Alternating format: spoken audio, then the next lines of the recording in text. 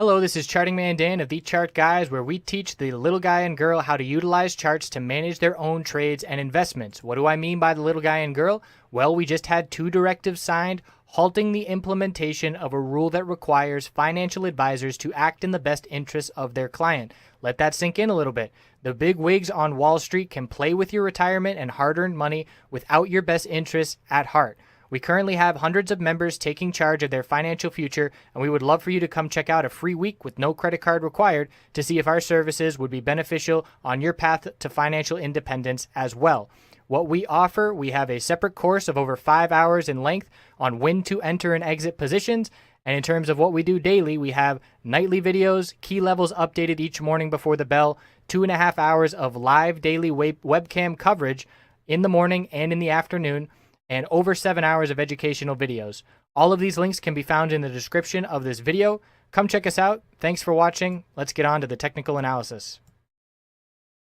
Hey everyone, looking at CMG NKE GPRO TWTR daily weekly time frame. So CMG, this is pretty much ideal consolidation for the bulls. Low bear volume, nice and contained, looking like a bull flag at this point, holding that 50-day moving average. I would say as long as these exponential moving averages, the light green line and the red line, and as long as that 50-day moving average hold, that's ideal consolidation for the bulls. So we are looking for some continuation into next week.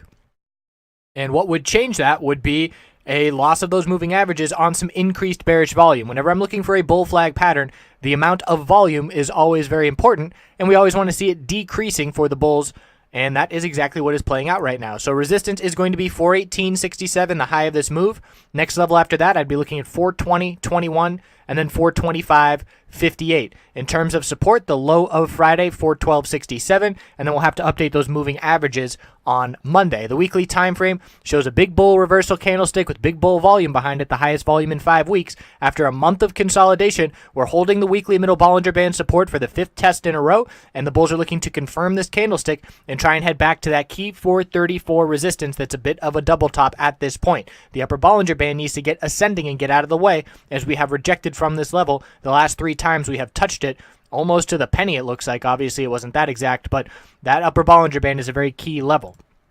NKE, so we saw the strength on Thursday. What stood out to me the most on Thursday was the volume, and obviously the bear volume on Friday with the big gap down, but to see that kind of recovery with a higher open, the bulls controlling the majority of the day, and that strong close, and then you look at that volume and say that's the highest volume we've seen in 3 months besides that bear volume, that tells you that that bounce is for real. And we saw some big time follow through. This is an extremely strong recovery. Bulls could not have hoped for a better recovery Thursday and Friday. So what we're looking at is 56.64 resistance. The middle Bollinger Band on the daily is going to be in the 56.70s or 80s. On Monday, we have to update that level. That's going to be the next resistance. The gap fills all the way up at 57.72, but what's the most important thing to me, look at that 100-week moving average. We have held it now. We turned it into support back in early February. 1, 2, 3, 4 back tests and holds. That level is 56.18. That is a long lower wick of recovery, and again, an ideal scenario for the bulls after a bearish reaction to earnings. So a nice save there. We're going to be watching very close to see if we can keep that 100-week moving average and continue to keep our eyes on $60 for the bulls to break the long-term downtrend. That keeps that in play now because of this recovery.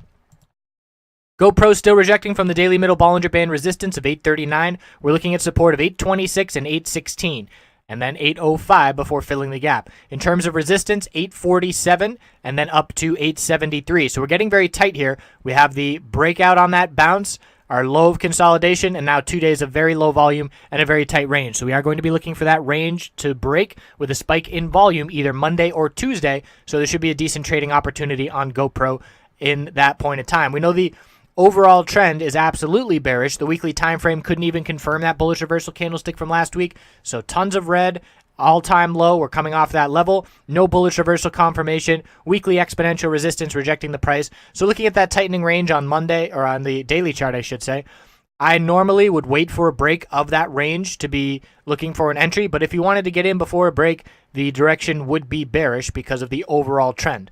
Twitter, Upper wick rejecting from the middle Bollinger Band, seeing profit taking. The good news for the bulls is this is the first close over the daily exponential resistances in a month, over a month.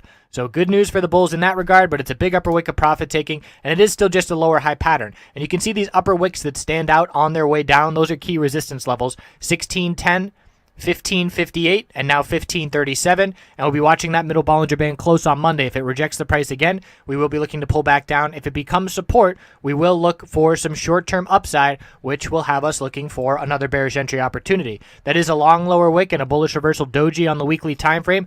Must be confirmed to see any kind of follow-through. We have not confirmed a bullish candlestick in 2017 on the weekly time frame. So that is going to be the goal for the bulls coming up. Nice volume on that dip, so there is potential that we can see some short-term upside on Twitter, and I would certainly be patient as a bear scouting another re-entry. So I appreciate you watching. That's what we got heading into next week, and watching NKE very closely. I'm certainly very interested in that recovery and if the bulls can maintain that strength and that 100-week moving average. Have a great rest of your weekend. We'll see you soon.